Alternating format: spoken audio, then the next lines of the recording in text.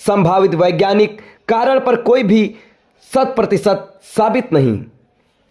TLP को समझने के लिए और समझाने के लिए कई वैज्ञानिक सिद्धांत दिए गए हैं, जिनमें से कोई भी अंतिम नहीं माना गया है।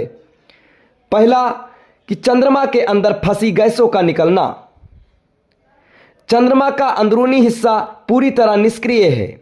मून क्विकेस, जो चंद्र कंपन होता है के कारण कभी कभी सतहों की दरारों जैसे गैस बाहर निकल सकती है, जिससे रोशनी जैसी चमक दिखाई दे सकती है।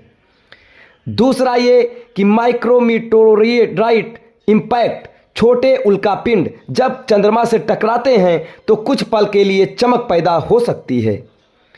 तीसरा ये कि इलेक्ट्रोस्टैटिक डस्ट ग्लो, चंद्रमा की सतह पर धूल सूर्य के चार्ज से उठ सकती है और प्रकाश परावर्तित कर सकती है। फिर चौथा सोलर वाइंड और सरफेस रिएक्शन, कभी कभी सूर्य की तेज चार्ज्ड पार्टिकल्स चंद्रमा की सतह से टकराकर लाइट फ्लैश पैदा करते हैं, लेकिन ये बात वैज्ञानिक भी मानते हैं। इन सिद्धांतों में से कोई भी सभी टीएलपी की घटनाओं को पूरी तरह समझा नहीं पाता। क्या ये प्राकृतिक नहीं? रहस्य यही से शुरू होता है। कई खगोलविद मानते हैं कि टीएलपी कुछ ऐसा है जिसे हम आज भी पूरी तरह नहीं समझते। सबसे दिलचस्प यह है कि टीएलपी हमेशा कुछ खास स्थानों पर ही दिखाई देते हैं। एरिस्ट्रचस क्रेटर, प्लेटो क्रेटर, अल्फोंसस गसेंडी, मेयर क्रिसियम। अकेले ही लगभग 50% एरिस्टर्चस टीएलपी रिपोर्टों का केंद्र है। क्यों, आज तक कोई नहीं जानता। नासा की रुचि। अपोलो मिशनों में टीएलपी का महत्व।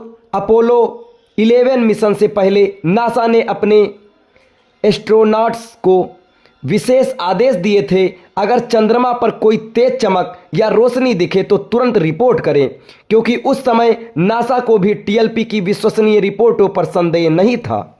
ये आज भी बताता है कि यह एक रहस्य कितना गंभीर है। इसका निष्कर्ष यह है कि चंद्रमा शायद उतना शांत नहीं जितना हम सोचते हैं। टीएलपी हमें याद दिलाता है कि हमारा चंद्रमा भले ही निर्जीव दिखता हो, परंतु वह आज भी कुछ ऐसा करता है जिसे हम पूरी तरह से नहीं समझ पाए हैं। एक ऐसा खगोलीय शरीर जिसे हम रोज देखते हैं, पर वह अब भी अपने राज से छुपाए बैठा है। कभी कभी ब्रह्मांड के सबसे बड़े राज सबसे नज़दीक की चीज़ों में छिपे होते हैं। ऐसे ही रोचक तथ्यों के